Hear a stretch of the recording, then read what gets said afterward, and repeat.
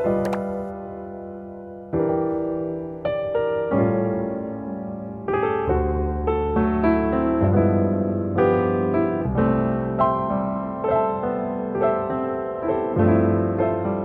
んにちは。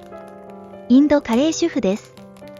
先日行ったアンケートで、あまりスパイスを使わない米産レシピが知りたいとお声をいただいたので、前から試してみたかった小麦粉代わりに米産を使ったパンケーキを作ったら、思いのほかとっても美味しくできたので、レシピをシェアさせていただくことにしました。小麦粉は一切使わず、ひよこ豆の粉末で作るので、グルテンフリーで高タンパク質。スイーツだけど、そんなに罪悪感なく食べられるところも嬉しいポイント。さらに、水や牛乳の代わりに、プレーンヨーグルトと練り込んだバナナが水分代わりになっているので、とっても濃厚なパンケーキになりましたよ。お家に米産がある方は、よかったらぜひ試してみてくださいね。では早速作っていきます。パンケーキ3、4枚分の分量です。ボウルに米産、ひよこ豆の粉末 100g を準備します。そこに、ふっくら膨らませるためにベーキングパウダー小さじ1、甘みに、きび砂糖大さじ2を加え、一旦粉だけで全体をよく混ぜます。もし、しっかり熟したバナナを使用できる場合は、砂糖は減らした方が良いと思います。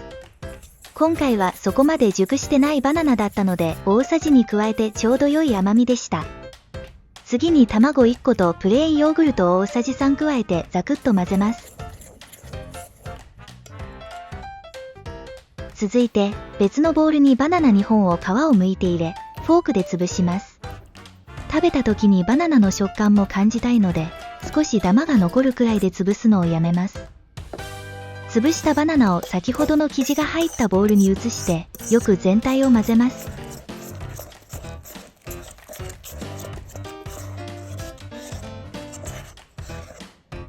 残りのバナナ1本はトッピング用にスライスしておきますよ。続いて、一度しっかり温めたフライパンの火を止めて、薄く油をなじませます。そして生地をお玉ですくって流し込みます。表面にカットしたバナナを乗せたら、コンロの火をつけ、弱火で焼きます。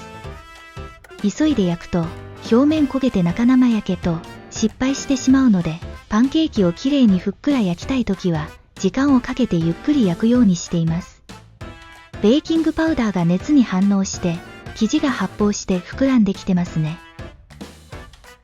あとは裏返して弱火でじっくり3、4分焼いたら、米産バナナパンケーキの出来上がりです。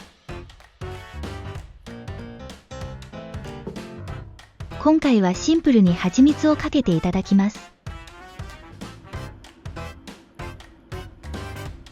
フルーツとコーヒーも入れたら、ちょっとした優雅な朝食の出来上がりです。さあ、いただきましょう。フォークで簡単に切れるほどふんわり柔らかです。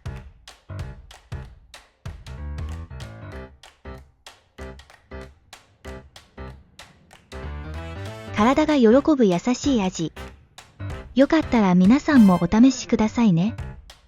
今回もご視聴くださり、ありがとうございました。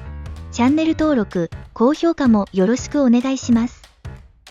また次回の動画でお会いしましょう。ダンニャワード。